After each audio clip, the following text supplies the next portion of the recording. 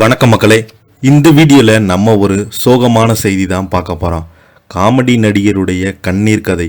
பசி பட்டினியில் துவண்டு போகாத செந்தில் 14 வருட வனவாசத்தில் ஜெயித்த கதை. இணையதளத்தில் வைரலாகும் செந்திலுடைய கண்ணீர் கதை. வாங்க என்ன தகவல் என்ன செய்தின்னு இந்த வீடியோவில் விரிவாக பார்க்கலாம். அதுக்கு முன்னாடி முதன்முறையாக நம்ம சேனலை சப்ஸ்கிரைப் பண்ணாதவங்களாம் சப்ஸ்கிரைப் பண்ணிக்கோங்க. பெல் பட்டன் சிம்பிள் அமைக்கி நம்ம சேனலோட நோட்டிஃபிகேஷனை எனபிள் பண்ணிக்கோங்க. நாங்கள் போடுற வீடியோ எல்லாமே உங்களுக்கு உடனுக்குடனே வந்து சேரும். வாங்க என்ன தகவல்னு பார்க்கலாம். நகைச்சுவை நடிகர் செந்திலை ஒரு காமெடி நடிகராக அனைவருக்கும் பிடிக்கும். ஆனால் அவர் நகைச்சுவை நடிகர் வேண்டும் என்பதற்காக பட்ட அவமானம் அழுகை பல பேருக்கு தெரியாது. 1951ஆம் ஆண்டு ராமநாதபுரத்தில் ராமமூர்த்தி மற்றும் திருக்கம்மல் தம்பதியினருக்கு 3வது மகனாக பிறந்தார். இவருடைய இயற்பெயர் முனுசாமி. சினிமாவுக்கு வந்த பிறகுதான் தனது பெயரை செந்தில் என மாற்றிக்கொண்டார். செந்தில் சுட்டித்தனமாக இருந்ததால் இவரது தந்தைக்கு இவருக்கு பிடிக்காதாம். இதனாலே அவர் பலமுறை இவரை உதாசீனப்படுத்தி திட்டியிருக்கிறாரு. இதனால் மனம் உடைந்து போன செந்தில் தனது 12 வயதிலேயே வீட்டை விட்டு மனவேதனையுடன் வெளியே வந்திருக்கிறாரு. எண்ணெய் ஆட்டும் வேலையில் மதுபான கடையில் வெயிட்டராக வேலை செய்து வாழ்க்கையை நடத்தி கொண்டிருக்கிறாரு. சென்னை தேனாம்பேட்டை எல்டம் சாலையில் தங்கி சினிமா வாய்ப்பு தேடி அலைந்திருக்கிறாரு. அப்போது நாடக கம்பெனி ஒன்றில் சேர்ந்து வேலை பார்த்திருக்கிறாரு. இதுவே செந்திலுடைய சினிமாவில் நுழைய அடித்தளமாக அமைந்தது. 1979ஆம் ஆண்டு ஒரு கோவில் தீபம் திரைப்படத்தில் ஒரு சின்ன ரோலில் நடித்து தனது நடிப்பு பயணத்தை தொடங்கினார். அதன் பின்பு பார்த்தீங்கன்னா பல திரைப்படங்களில் சின்ன சின்ன வேடத்தில் நடித்தாலும் அவரது பெயர் திரையில் வந்தது.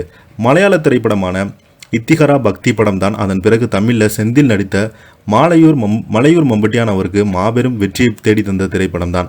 ஒரு வருடத்தில் ஏராளமான படங்களில் நடிக்க ஆரம்பித்த செந்திலுக்கு சிறந்த காமெடி நடிகராக வலம் வந்த கவுண்டமணி ஒரு பார்ட்னராக கிடைத்தார். இருவருமே இணைந்து வைதேகி காத்திருந்தால் படத்தில் சேர்ந்து நடித்தாங்க. பின்பு எங்கு திரும்பினாலும் கவுண்டமணி செந்தில் காமெடி தான் பேசப்பட்டது.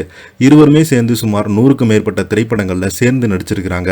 இவர்களுடைய இருவரு கூட்டணியும் மறக்கவே முடியாது. நகைச்சுவை காட்சிகளில் கரகாட்டக்காரன் படத்தில் வரும் வாழைப்பழ காமெடி, மற்றொரு கார் வச்சு இருந்த சொப்பன சுந்தரியை இப்போது யார் வச்சிருக்கா காமெடி. இந்த சொப்பன சுந்தரி நகைச்சுவை இந்த காலத்தில் இளைஞர்களை கவர்ந்தது. 1979 ஆரம்பித்த பயணம் இன்று சாதனையாக தொடங்கியிருக்கிறது. நடிகர் செந்திலுடைய வெற்றி பாதையில் பயணித்தாலும் இவர் கடந்து வந்த அவமானங்களும் அழுகையும் ஏராளமாக இயக்குனர் பாக்கியராஜ் பேட்டி ஒன்றில் சொல்லியிருந்தார்.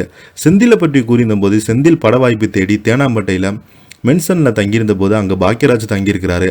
அப்போ அங்கே இருந்த சக நடிகர்கள் செந்திலை ரொம்ப கேவலமாக நடத்துவாங்களாம். டே சொட்டை இங்கே வாடா என்னை கூப்பிடுவாங்களா, போய் டீ வாங்கிட்டு வாடான்னு சொல்லுவாங்களா. இதை பார்க்க ரொம்பவே கஷ்டமாக இருக்குமா.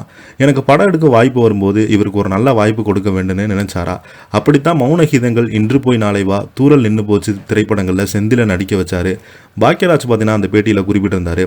12 வயதில் வீட்டை விட்டு ஓடி வந்த செந்தில் சாப்பாட்டுக்கே கஷ்டப்படுவது தெரிந்து பலமுறை பெற்றோருக்கு ஊருக்கு அழைத்துமே பிடிவாதமாக இருந்த செந்தில் சினிமாவில் ஜெயித்த பிறகுதான் ராமர் வனவாசம் சென்ற போல 14 ஆண்டுகள் கழித்து தான் சொந்த ஊருக்கே சென்றிருக்கிறாரு. நடிகர் செந்தில் பார்த்தீங்கன்னா 1984ஆம் ஆண்டு கலைச்செல்வி என்பவரை திருமணம் செய்து கொண்டு இவருக்கு பார்த்தீங்கன்னா மணிகண்டன் பிரபு, ஹேமச்சந்திரா பிரபு என 2 மகன்கள் இருக்கிறாங்க. தனது குடும்பத்தில் யாரும் பெரிய அளவில் படிக்காதால தனது மகனை டாக்டருக்கு படிக்க வச்சிருக்கிறாரு. முதல் முறையாக டாக்டருக்கு படித்தது செந்திலுடைய மகன் தான். ஒருவேளை சாப்பாட்டுக்கே கஷ்டப்பட்டு மதுமான கடையில் வெயிட்டு வேலை பார்த்து செந்தில் தனது கடுமையான உழைப்பால் உயர்ந்திருக்கிறாரு. இதை பற்றி நீங்கள் என்ன கீழே உள்ள கமெண்ட் பாக்ஸில் மறக்காம பதிவிடுங்க. நன்றி, வணக்கம்.